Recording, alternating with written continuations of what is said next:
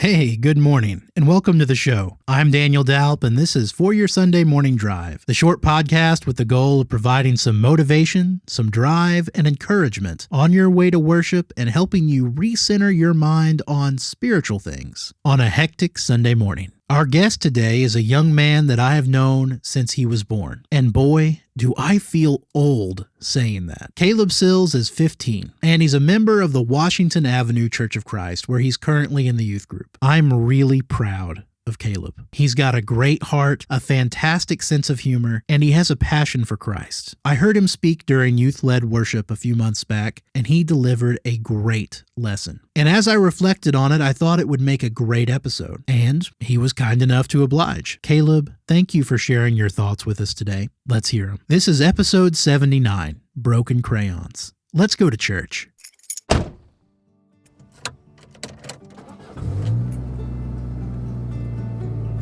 Are we there yet?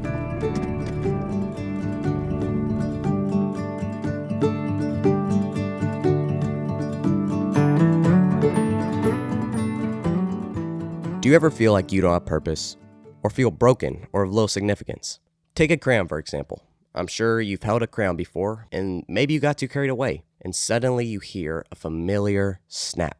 And you look down, and you realize that this crayon that was just connected is now broken in two. It seems ruined, doesn't it? It seems like someone might just throw it away and get a new one. Randy Cohen, an American writer, states that there is a crack in everything. That's how the light gets in. He's saying that even though we often think just because something's broken means it doesn't have purpose anymore, but he's saying that's false.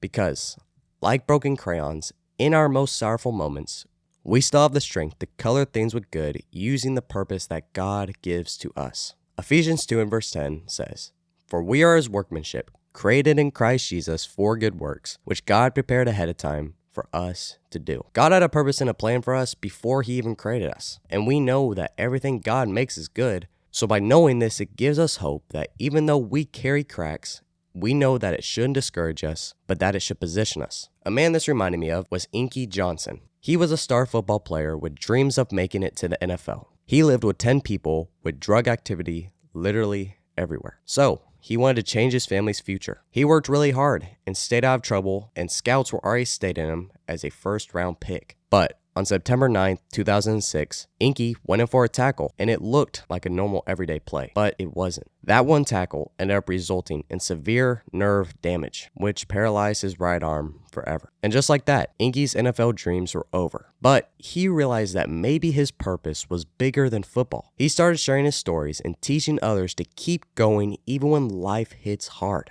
One of his quotes is, "You don't have to be great to get started, but you do have to get started to be great." Inky didn't start out great, but his motive to keep going, not in football, but in his redemption, that's what made him great, and in that, he inspired millions of people. You see, reflecting this spiritually, God doesn't cause every bad thing, but he can use all of them to strengthen your faith, make you a better person, and help others learn through you because of the purpose that God gives to you. You see, when these things happen, it feels like life is over sometimes, but it's not. It just means that God has a different plan for you. And it's our choice if we want to do nothing with it or use it as an opportunity for redemption. Because sometimes it's the broken times in life that bring us to show our most powerful purpose. And the choice is yours. So let me ask you, what are you going to do with it? Caleb shared some great thoughts with us for our Sunday morning drive. Now it's time to hear yours. Our discussion questions for this week are, do we find our purpose in serving God? In our most broken moments, do we still seek God's purpose? And how can we tell others of the wholeness that comes from serving God?